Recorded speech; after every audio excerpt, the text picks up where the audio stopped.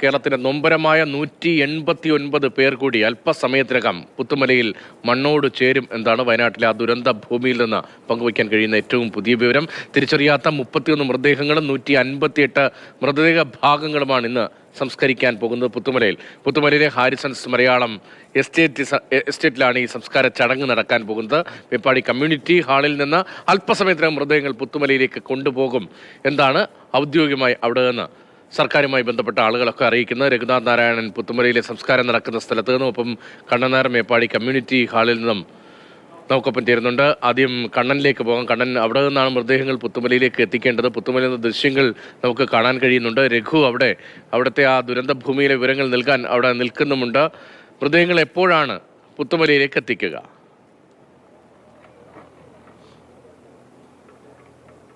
2 മണിയോടുകൂടി ഇവിടെ നിന്ന് ഞാനിപ്പോൾ നിൽക്കുന്ന മേപ്പാടി APJ അബ്ദുൽ കലാം കമ്മ്യൂണിറ്റി ഹാളിൽ നിന്ന് കൊണ്ടുപോകും എന്നാണ് അറിയിച്ചിരുന്നത്. പക്ഷേ കൊണ്ടുപോകുക എന്നത് പെട്ടെന്ന് നടപ്പാക്കാൻ സാധിക്കുന്നൊരു പ്രവൃത്തിയല്ല. അതിൻ്റെ ഒരു പ്രൊസീജിയർ എന്നാണെന്ന് ഞാൻ പറയാം. കാര്യം ആദ്യം ഒരു ശരീരഭാഗം എടുക്കുന്നു, അതിനുശേഷം അതിൻ്റെ DNA രേഖപ്പെടുത്തുന്ന സമയത്ത് DNA സാമ്പിൾ ശേഖരിച്ച സമയത്ത് ഒരു നമ്പർ ആ ഭൗതിക ശരീരത്തിന് നൽകിയിട്ടുണ്ടാകും. ആ നമ്പർ ഭൗതിക ശരീരത്തിന് പതിക്കുന്നു. അതിനുശേഷം പഞ്ചായത്ത് സെക്രട്ടറി, മേപ്പാടി പഞ്ചായത്ത് സെക്രട്ടറി ഈ മൃതദേഹം ഏറ്റുവാങ്ങുന്നു. അതിനുശേഷം ഒരു ആംബുലൻസിൽ ഈ നമ്പർ പതിക്കുന്നു. ആംബുലൻസ് ഡ്രൈവർക്കും ഈ നമ്പർ കൈമാറുന്നു. അതിനുശേഷമായിരിക്കും ഈ ആംബുലൻസ് മുന്നോട്ട് പോവുക. പക്ഷേ 10-15 ആംബുലൻസുകൾ ഒരുമിച്ച് പോകും എന്നാണ് നമുക്കിപ്പോൾ മനസ്സിലാക്കുവാൻ സാധിക്കുന്നത്.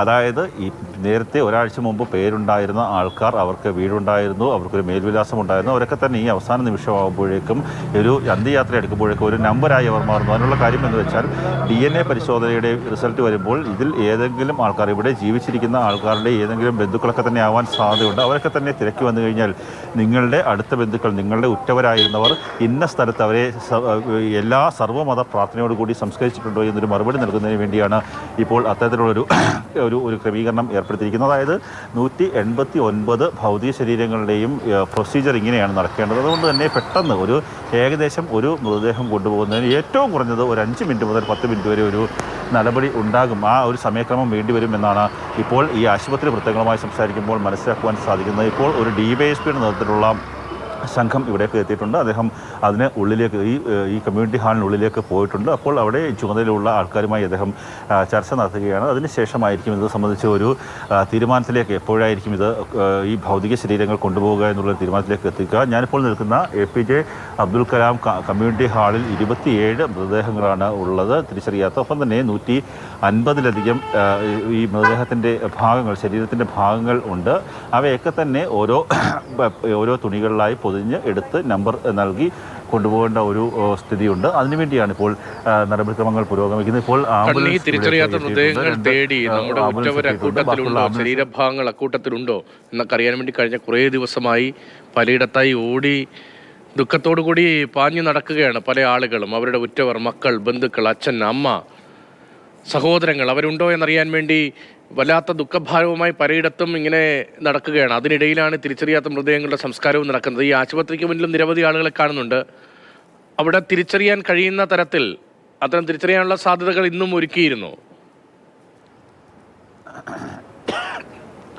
തീർച്ചയായും ഇനി കുറച്ച് സമയം കൂടി ഏതെങ്കിലും ആൾക്കാർ വന്നു കഴിഞ്ഞാൽ, അവരുടെ ബന്ധുക്കളുടെ ഒരു തിരിച്ചറിയൽ രേഖ കൈമാറിക്കഴിഞ്ഞാൽ, ചിലപ്പോൾ ഇന്നലെ തന്നെ 8 ഭൗതിക ശരീരങ്ങൾ സംസ്കരിക്കാനുള്ള നടപടി പുരോഗമിക്കുന്ന സമയത്ത് വൈകിട്ട് 8 മണിയോടുകൂടിയാണ് ഒരു വ്യക്തി ഓടിയെത്തുകയും ആ ഒരു ശരീരഭാഗത്തിൻ്റെ ഒരു ഐഡൻറ്റിറ്റി മാർക്ക് കാണിക്കുകയും ചെയ്യുന്നത്. അങ്ങനെ ഒരു ആളെ കൂടി തിരിച്ചറിഞ്ഞു. അങ്ങനെയൊക്കെ അവസാന നിമിഷവും ഒരാളെയെങ്കിലും തിരിച്ചറിയാൻ സാധിക്കണേ എന്നുള്ള ഒരു പ്രാർത്ഥനയോടുകൂടി, അല്ലെങ്കിൽ ആ ഒരു ലക്ഷ്യത്തോടു കൂടി പ്രവർത്തിക്കുന്ന ഓരോ ആൾക്കാരാണുള്ളത്.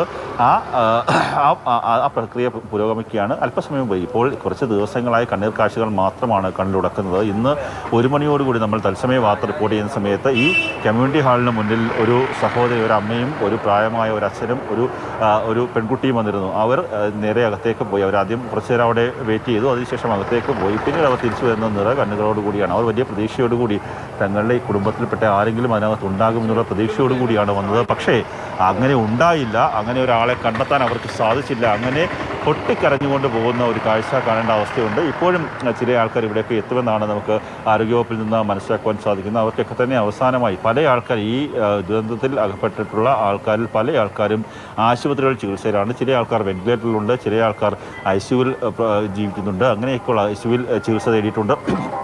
അങ്ങനെയൊക്കെയുള്ള ആൾക്കാരുടെ ഒരു ബന്ധുക്കളുടെ ഒരു അവരെയൊക്കെ എത്തിക്കാൻ, പരമാവധി ആൾക്കാരെ എത്തിക്കാൻ വേണ്ടിയുള്ളൊരു ശ്രമം ഈ ജില്ലാ ഭരണകൂടത്തിൻ്റെ ഭാഗത്തു നിന്നും പോലീസിൻ്റെ ഭാഗത്തു നിന്നും ഒക്കെ തന്നെ നടക്കുന്നുണ്ട്. അതിൽ നിന്ന് ലക്ഷ്യമിടുന്നത് പരമാവധി ആൾക്കാരെ, ഓരോ ആളിനെയും അയാളൊരു ഐഡൻറ്റിറ്റി ഉള്ള ആളാണ്, അയാൾക്കൊരു മേൽവിലാസമുള്ള ആളാണ്, അയാൾക്കൊരു പേരുണ്ടായിരുന്നു, അയാൾ ഇന്നയാളാണ് എന്ന് ഒരു മൃതദേഹത്തിന് വിരോചിതമായിട്ട് ഒരു നല്ല യാത്രയപ്പ് നൽകാൻ വേണ്ടിയുള്ള ശ്രമം ജില്ലാ ഭരണകൂടത്തിൻ്റെ ഭാഗത്തു നിന്നൊക്കെ തന്നെ നടക്കുന്നുണ്ട്. പക്ഷേ പൊട്ടിക്കരഞ്ഞുകൊണ്ട് പലരും അവിടെ നിന്ന് പോകുന്നതൊക്കെ നമുക്ക് കാണാം. ഉറ്റവർക്ക് വേണ്ടിയുള്ള കാത്തിരിപ്പ് പലയിടത്തും കഴിഞ്ഞ കുറേ ദിവസമായി തുടരുകയാണ്. ഒരു കുടുംബത്തിലെ 10, 15, 20 പേരെയും ഒക്കെ ബന്ധുക്കളെ നഷ്ടമായ ആളുകളുടെ വിലാപമൊക്കെ നമ്മൾ കണ്ടതാണ്. അതിജീവനത്തിൻ്റെ ദിവസങ്ങളാണ് കടന്നു പോകുന്നതെങ്കിലും ആ ദുരന്തത്തിൻ്റെ വ്യാപ്തി അത് അതിഭീകരമാണ് എന്ന കാര്യത്തിൽ ഒരു സംശയമില്ല. കേരളത്തിന് നൊമ്പരമായി ഇതാ 189 പേർ കൂടി അല്പസമയത്തിനകം പുത്തുമലയിൽ മണ്ണോട് ചേരാൻ പോകുന്നു. തിരിച്ചറിയാത്ത 31 മൃതദേഹങ്ങളും 188 മൃതദേഹ ഭാഗങ്ങളും എന്നതാണ് ഇന്ന് സംസ്കരിക്കാൻ പോകുന്നത് എന്നാണ് അധികൃതർ അറിയിക്കുന്നത്.